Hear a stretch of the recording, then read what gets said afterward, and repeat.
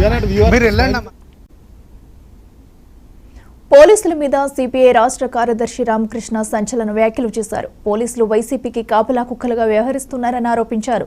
ఏపీలో పోలీసు వ్యవస్థ పూర్తిగా నిర్వీర్యమైందని, బదిలీ అయిన వారు, సస్పెండ్ అయిన వారు ఖాకీ డ్రెస్ వేసుకోవడానికి సిగ్గుపడాలన్నారు.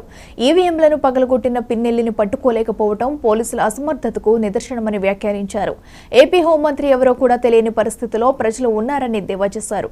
ఎన్నికలను సజావుగా నిర్వహించడంలో ఎన్నికల కమిషన్ పూర్తిగా విఫలమైందని రామకృష్ణ ఆరోపించారు. మోడీ మత విద్వేషాలను రెచ్చగొడుతున్నారని, ఓట్ల కోసం మతాన్ని రెచ్చగొట్టే ప్రయత్నం చేస్తున్నారని ఆరోపించారు. దేశం అప్పుల పాలైందని ఆ రోజు చెప్పే ఉపన్యాసం 2014 నాటికి భారతదేశానికి ఉన్న అప్పులు 55 లక్షల కోట్ల రూపాయలు అయితే ఇవాళ ఈ 10 ఏళ్ల కాలంలో దాన్ని 200 లక్షల కోట్లు దాటించావు. 205 లక్షల కోట్ల రూపాయలు ఇవాళ దేశానికి అప్పు ఉందని చెప్తా ఉన్నారు. అదే అంతేకాకుండా ధరల గురించి కూడా నువ్వు చాలా క్లియర్గా మాట్లాడావు. ఆ రోజు ఒక లీటర్ పెట్రోల్ ధర 73 రూపాయలు ఉంటే దాన్ని 110 రూపాయలు ఇప్పుడు. ఆ రోజు వంట గ్యాస్ ధర 415 రూపాయలు ఉంటే ఇవాళ 1160 రూపాయలకు వచ్చింది.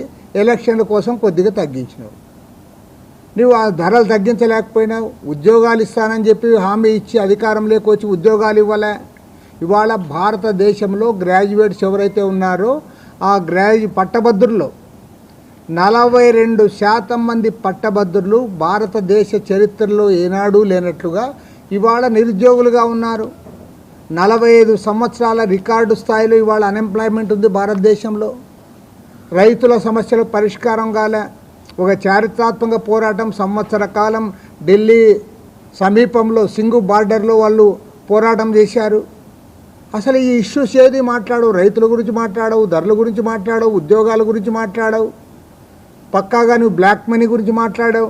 ఆ బ్లాక్ మనీ గురించి ఇప్పుడు మాట్లాడవు. నీవే మాట్లాడావు ఆ రోజు 2014 ఎన్నికల్లో.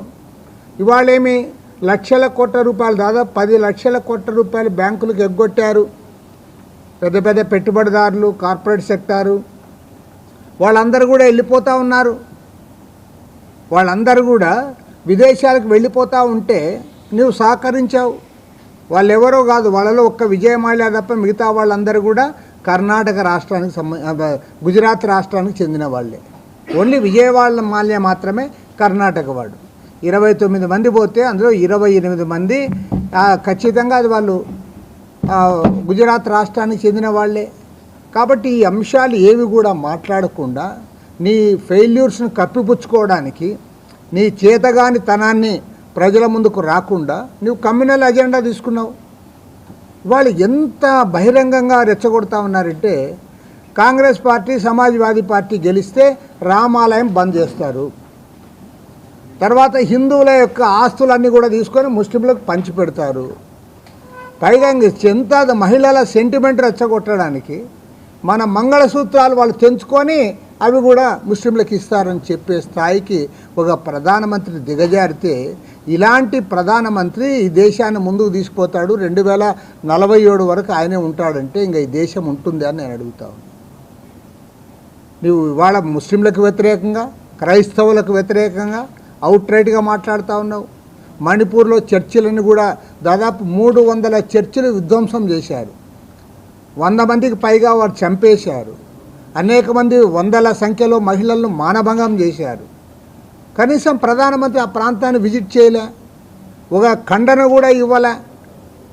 కాబట్టి ఏమంటే ఇలాంటి ప్రధానమంత్రి ఈ దేశానికి అనర్థము.